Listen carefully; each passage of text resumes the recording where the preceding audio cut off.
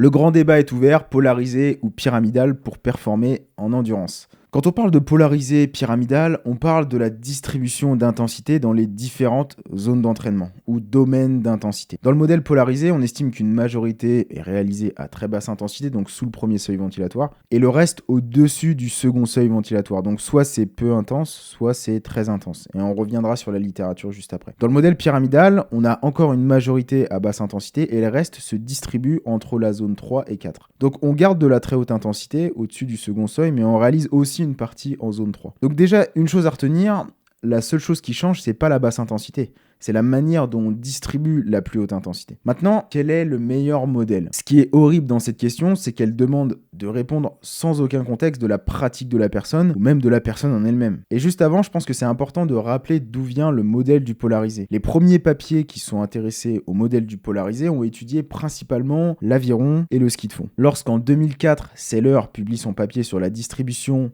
optimale de l'intensité, il conclut que le polarisé est supérieur. Et honnêtement, c'est pas étonnant. Si tu dézoomes 2 secondes sur le ski ou l'aviron, tu t'aperçois d'une chose, ce sont des disciplines qui sont soit assez courtes, le cas de l'aviron, ou qui demandent de réitérer des efforts très intenses, le cas du ski de fond. Et dans ce contexte, développer des qualités sur des pourcentages élevés de VO2 max fait totalement sens, simplement parce que c'est la spécificité de l'activité, donc le modèle polarisé fonctionne très bien et c'est pas à remettre en question. Maintenant, si tu calques ce modèle sur des disciplines longue distance, pas sûr que tu aies les mêmes résultats.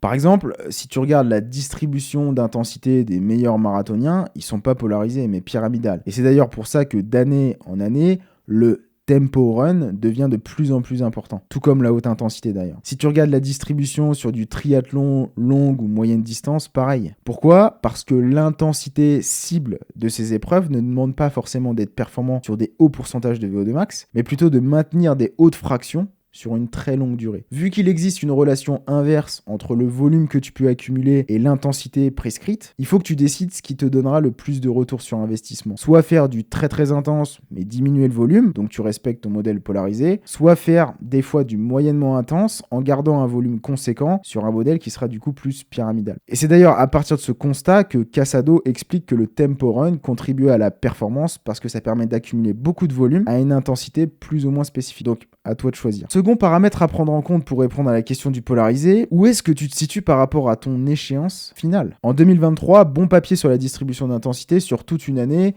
ils ont voulu voir ce que les élites faisaient.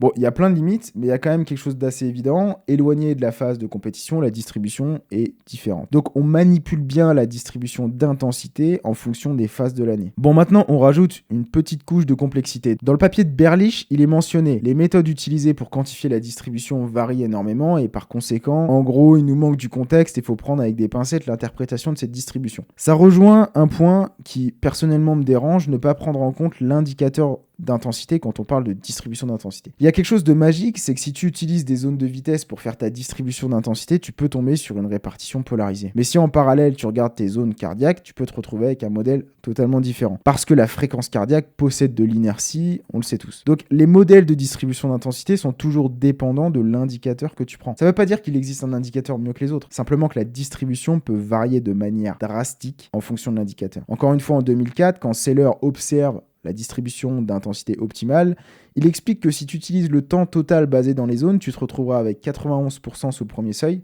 6,4% entre les deux seuils et 2,6% au-dessus du second seuil. C'est marrant, c'est plus pyramidal que polarisé. Du coup, ce qu'ils ont fait, c'est qu'ils ont pris la fréquence cardiaque cible théorique de la séance, et là, effectivement, on revenait sur du polarisé. Mais du coup, quelle est la distribution qu'on prend réellement en compte ? Celle réelle ou celle théorique ?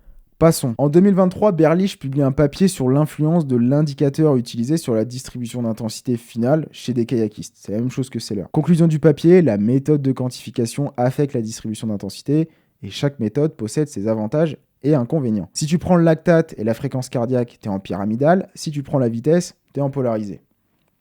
Encore une fois, qu'est-ce qu'on doit prescrire ? Avant de passer à une question un petit peu plus ouverte, je voulais te donner une grande limite aussi de l'analyse de la distribution d'intensité. Quand tu ouvres un papier sur le polarisé versus pyramidal, ils étudient souvent différents groupes qui vont soit faire polarisé, soit pyramidal, soit enchaînement polarisé-pyramidal ou inversement. Dans un papier récent, on a vu que c'était plus efficace de faire pyramidal puis polarisé pour maximiser la performance en endurance. Avant de tirer une conclusion de bourrin, on devrait se poser une question: par quels critères objectifs ils ont pu dire que la performance était meilleure ? Et dans ce cas précis, ils en ont pris deux, VO2 max, comme toujours, et la performance sur un 5 km. Pour te donner une idée, ils tournaient tous le 5 km en 16 minutes. Et c'est vraiment important de retenir ça. Maintenant, regardons le type d'entraînement qu'ils ont pu mettre en place dans le polarisé.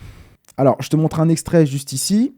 Mardi, 4 x 7 minutes au-dessus du seuil 2, donc 28 minutes de temps de maintien à très haute intensité. Effectivement, c'est polarisé. C'est sûr que quand tu évalues ta logique polarisée à partir d'un test sur 5 km où tous les athlètes vont le plier en 16 minutes, envoyer des 4 x 7 minutes à VO2 max à l'entraînement fait sens. T'es limite en train de faire le test à chaque entraînement. Donc oui, faire du polarisé proche d'un 5 km fait sens, mais c'est surtout ça la conclusion à donner. Si tu fais une épreuve qui demande de courir moins de 20 minutes, évidemment que le polarisé sera intéressant, mais on peut pas dire que ça améliorera la performance sur toutes les épreuves d'endurance.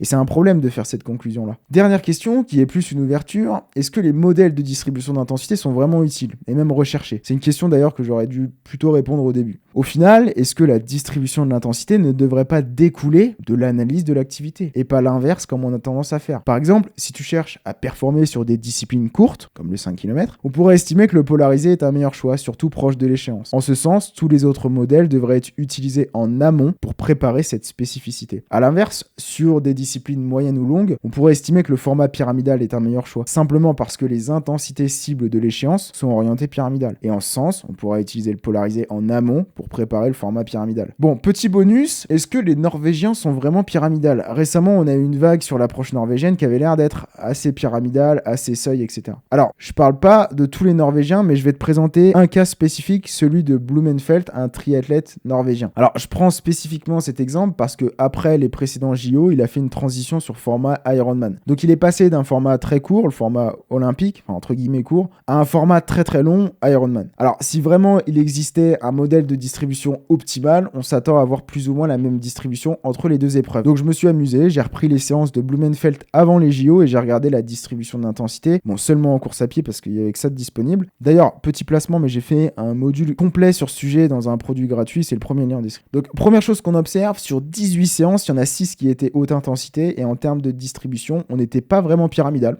Il avait une partie au seuil et même au-dessus. Pourquoi ? Simplement parce que la spécificité de l'épreuve au JO demande d'atteindre des vitesses importantes. Donc, faut s'y exposer. Sur format Ironman, il n'a jamais utilisé la même distribution. Il était bien plus pyramidal. Donc, conclusion de ce débat, existe-t-il un modèle optimal ? Non, il n'existe pas de modèle optimal. Au lieu de cultiver une approche du modèle optimal, on devrait plutôt cultiver une approche basée sur la demande de l'épreuve. On analyse l'épreuve, on regarde les prérequis pour y performer, ça nous donne un certain modèle, une certaine distribution. Et une fois qu'on a ça, on sait que de toute façon, éloigné de l'échéance, on va probablement pas être sur ce modèle. Et proche de l'échéance, on va revenir sur ce modèle. Et ensuite, tu traces un fil rouge entre les deux avec une logique qui est pas trop déconnante.